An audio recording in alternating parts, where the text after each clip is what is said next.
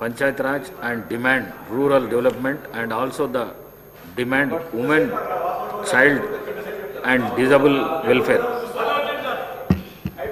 అధ్యక్ష మరి పంచాయతీ రాజ్ పద్ధతుల మీద రిప్లై ఇచ్చేటువంటి అవకాశం ఇచ్చినందుకు ధన్యవాదాలు అధ్యక్ష. అధ్యక్ష, మన దేశం యొక్క ప్రాణం పల్లె అధ్యక్ష. పల్లెలు అంటేనే మరి పల్లెలు ఉంటేనే దేశం బాగుంటుంది, పల్లెలు బాగుంటేనే దేశం బాగుంటుంది అధ్యక్ష. మరి ఈరోజు India lives in its villages అధ్యక్ష. ఇది మహాత్మా గాంధీ గారు చెప్పినటువంటి మాటలు మనందరికీ మార్గదర్శకం అధ్యక్ష. The soul of India lies in its villages అనే ఆలోచనతో గ్రామాభివృద్ధికి ప్రతినిత్యం కాంగ్రెస్ ప్రభుత్వం పాటుపడుతుంది అధ్యక్ష.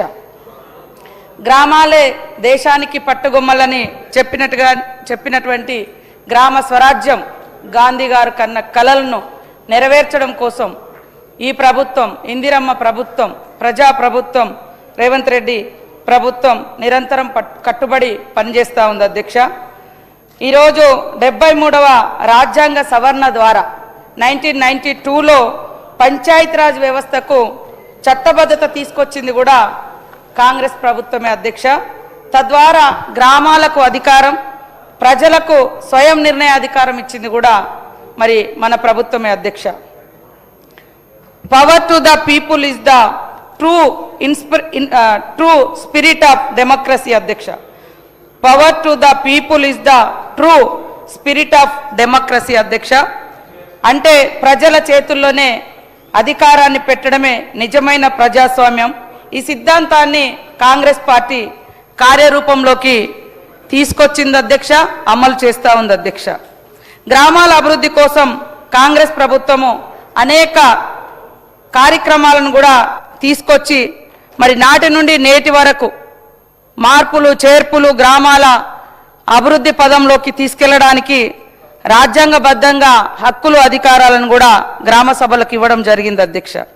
ఈరోజు మనం చూస్తే ఉపాధి హామీ పథకం ద్వారా గ్రామీణ పేదలకు ఉపాధి కల్పించడం, గ్రామాల అభివృద్ధికి మరి మౌలిక వసతుల అభివృద్ధికి, చెరువుల పునరుద్ధరణ, రోడ్ల నిర్మాణం, నీటి వనరులు ఇలాంటివన్నీ కూడా మరి చేయడానికి ఉపాధి హామీ చట్టాన్ని ఎంతో చక్కగా ఉపయోగించుకోవడంతో పాటు ఆ చట్టాన్ని తీసుకొచ్చింది కూడా ఆ మహాత్ముడి పేరుతోటే మరి ఇవాళ తీసుకురావడం జరిగింది అధ్యక్ష.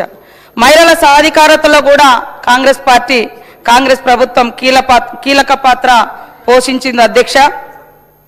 ఈరోజు చూస్తే when women move forward the family moves sir, the village moves, the nation moves sir.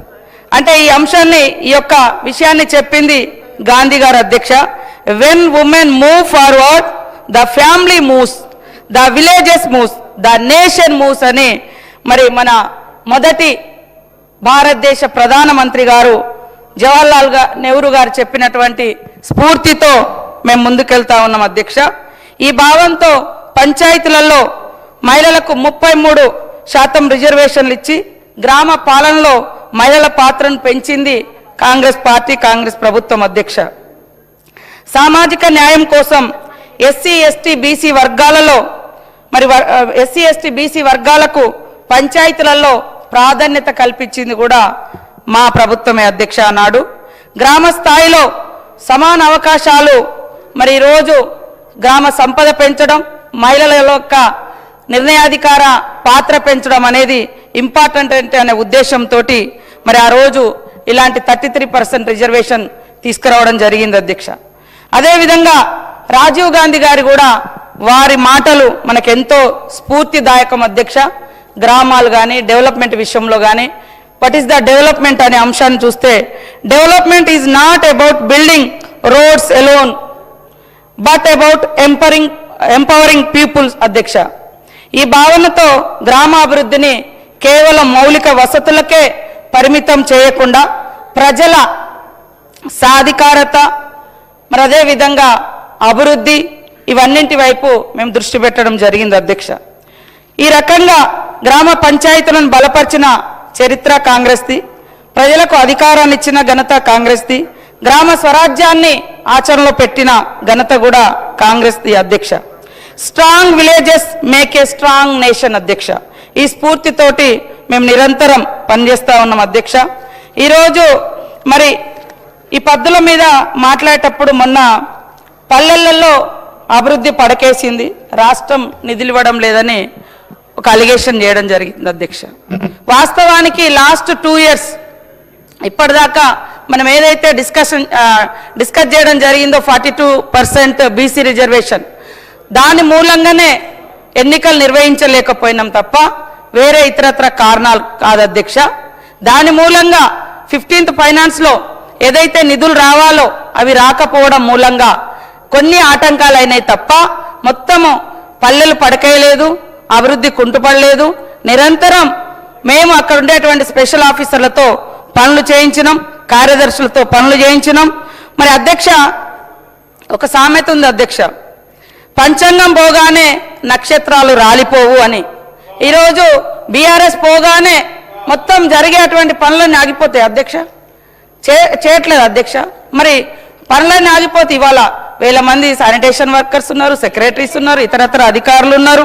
ఇలా మాట్లాడడం అభ్యంతకరం అధ్యక్ష, అది సరైనది కాదని నేను కోరుతా ఉన్నా అధ్యక్ష. గ్రామాల అభివృద్ధి కోసం మా ప్రభుత్వం వివిధ రకాల మరి కాంట్రాక్టర్లు ఉండొచ్చు, కార్యదర్శులు ఉండొచ్చు అధ్యక్ష.